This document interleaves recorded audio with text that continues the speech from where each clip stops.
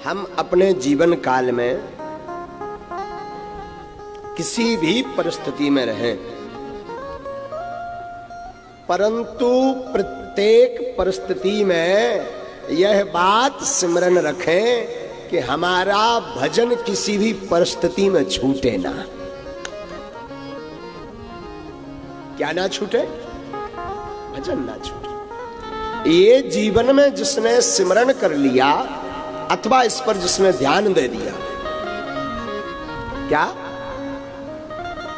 किसी भी परिस्थिति में जिए पर ये सदैव सिमरण रखें हमारी प्रभु से प्रीति ना छूटे।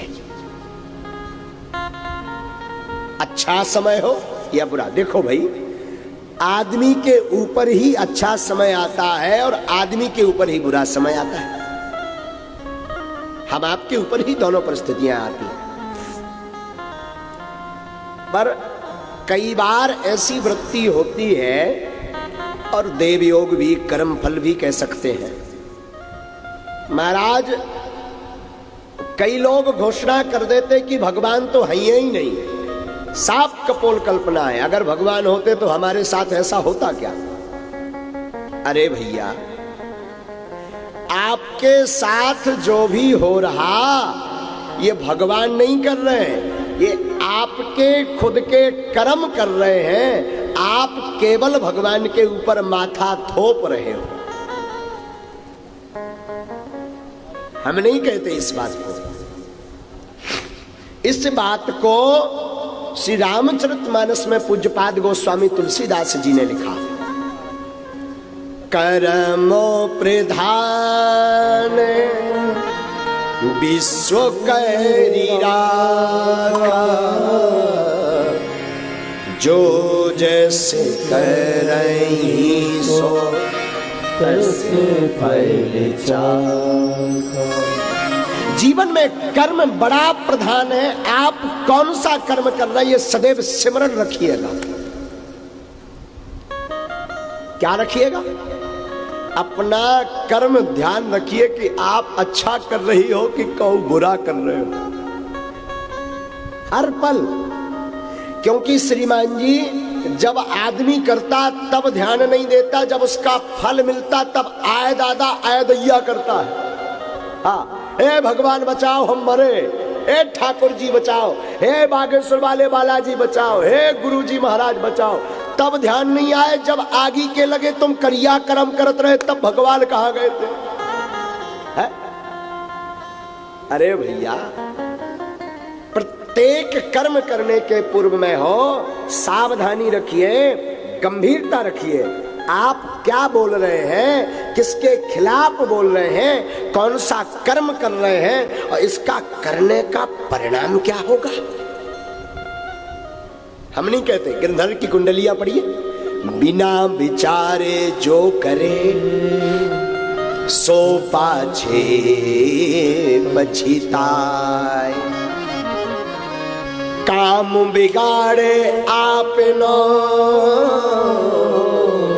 जग में हो हंसा। बिना विचार करके जो काम करता है उसकी जगत में हंसी होती है, हास्य का पात्र बनता है। जो बिना विचार करके काम करता उसे पछताना पड़ता है, आज नहीं तो कल। एक बात और, दूसरी बात,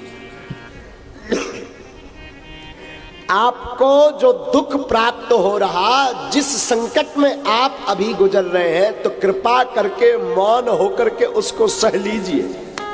हाँ, बात थोड़ा खरी है पर समझिएगा। आप जो संकट भोग रहे हैं, जो कष्ट भोग रहे हैं, तो हमारी प्रार्थना है कृपा करके सह लीजिए। क्यों?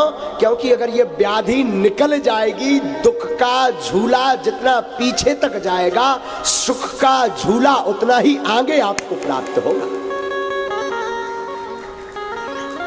इसलिए जो व्याधि आए उससे कहिए स्वागत है, मौन रहिए। लेकिन तड़फड़ाएंगे व्याधि में तो व्याधि के घन चक्कर में और पड़ जाएंगे। हाथ पांव नहीं फटकारना।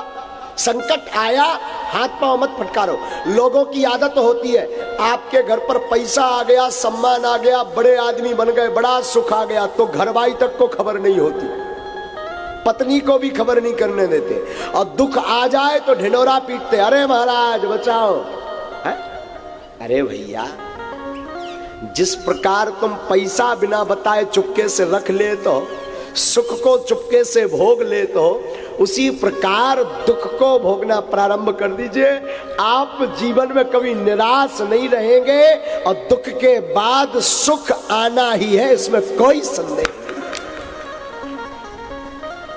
कोई संदेह नहीं। लेकिन हम पुनः आपको दोहराएं, कर्म करने के पहले ध्यान दीजिए। क्या कीजिए? ध्यान दीजिए।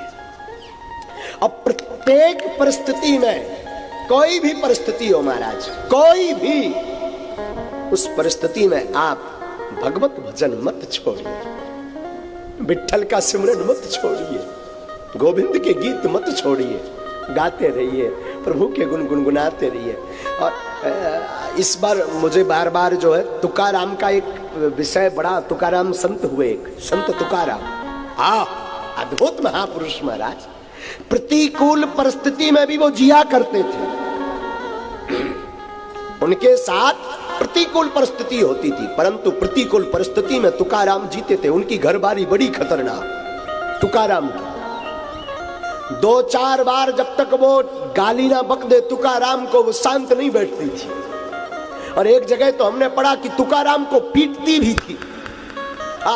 बेलन चिमटा दे, बेलन दे चिमटा, लाल कर देती थी। पर तुकाराम से कोई पूछे, आपकी पत्नी इतनी खतरनाक डेंजर है और आप कैसा फील कर रहे हैं?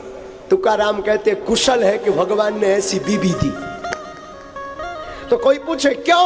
बोले, अगर बीवी सुंदर होती, प्रेम से बातें करती, तो हम जो विठ्ठल का भजन कर लेते वो नहीं कर पाते, उसके चक्कर में ही पड़े रहते। बीवी खतरनाक है तो विठ्ठल की याद है। ये तुकाराम से सीखो। मानो घर में आपके अगर प्रतिकूल परिस्थिति है, अनुकूल नहीं है, तब भी घबराओ मत, तब भी माधव को भजो, तब भी मोहन को भजो, तब भी गोविंद को भजो।